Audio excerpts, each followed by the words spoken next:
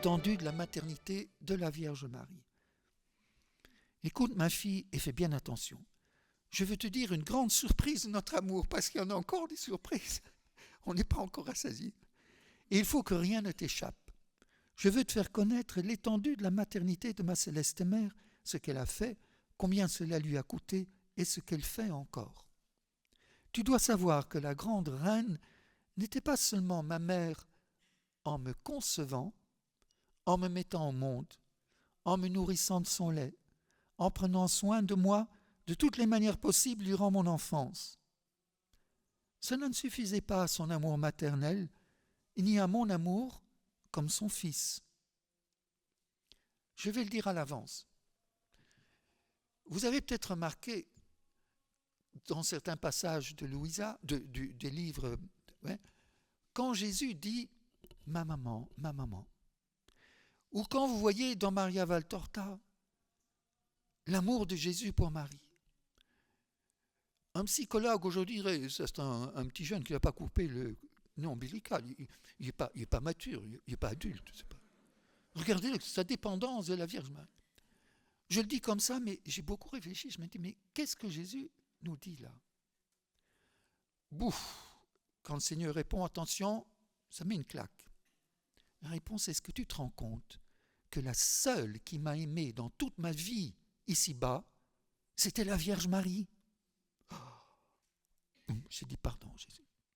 C'est la seule qui l'a aimé d'un amour digne de lui, parce qu'elle était dans la divine volonté. C'est la seule qui l'a aimé divinement, l'Esprit Saint. Il allait toujours y retourner, il avait besoin de retourner, trouver cet amour de Marie pour retrouver cette unité dans l'amour.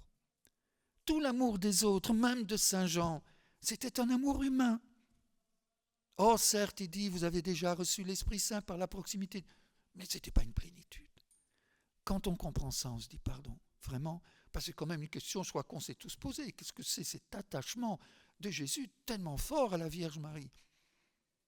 C'était sa seule lumière, sa seule vraie tendresse, véritable goutte d'amour qu'il recevait ici-bas. Et par contraste, je me dis, mais alors Jésus, on te donnait que notre pauvre affection humaine, qui n'est pas de l'amour, c'est de l'affectivité, c'est pas de l'amour au sens fort du terme. Qu'est-ce que tu devais être seul. Et c'est pour ça qu'il recherchait la Vierge Marie. Voilà, c'est ça qui va suivre. Son amour maternel courait dans mon esprit, et si des pensées m'affligeaient, elle étendait sa maternité dans chacune de mes pensées. Elle les cachait dans son amour et les embrassait. Mais dites, vous ne voyez pas l'Esprit Saint à l'œuvre là? Mais évidemment. Je sentais alors mon esprit caché sous son aile maternelle qui ne me laissait jamais seul. Chacune de mes pensées avait ma mère qui m'aimait et me donnait tous ses soins maternels. Sa maternité s'étendait en chacun de mes souffles et mes battements de cœur. Elle est dans la divine volonté qui est dans chacun des souffles et des battements de cœur. Jésus, qui est, bien sûr, il est la divine volonté, est attentif à cette communion d'amour, attentif à la seule communion d'amour qu'il a dans la divine volonté. Parce que personne n'y est à ce moment-là. Adam n'y est pas encore. Il est encore à l'Hadès. La Vierge Marie est la seule qui y est au niveau de l'incarnation. Donc c'est la seule qui peut lui donner amour pour amour, c'est la seule qui peut consoler, qui peut s'unir à ses pensées, à ses émotions. Et c'est ce qu'elle a fait. Mais donc elle a tout ressenti, ce qu'a senti Jésus. Tout, sans exception. Mon battement de cœur suffoquait d'amour et de peine, elle accourait avec sa maternité pour ne pas me laisser suffoquer d'amour et me mettre un baume sur mon cœur transpercé. Et si je regardais, si je parlais, si je travaillais, si je marchais, pensez à Nazareth, elle accourait pour recevoir mes regards, mes paroles, mes œuvres et mes pas dans son amour maternel. Elle n'avait pas besoin de se déplacer même, Elle était simplement en communion. Elle les couvrait de son amour maternel, les cachait dans son cœur et me dorlotait.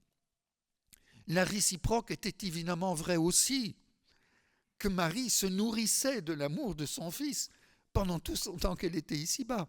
La preuve, c'est toute sa souffrance quand il est remonté au ciel. Mais l'amour est forcément, il y a cette réciprocité entre les deux, donc il y avait ce besoin Quand on s'aime, on a besoin d'être ensemble, de vivre ce don et d'accueillir la réciprocité du don.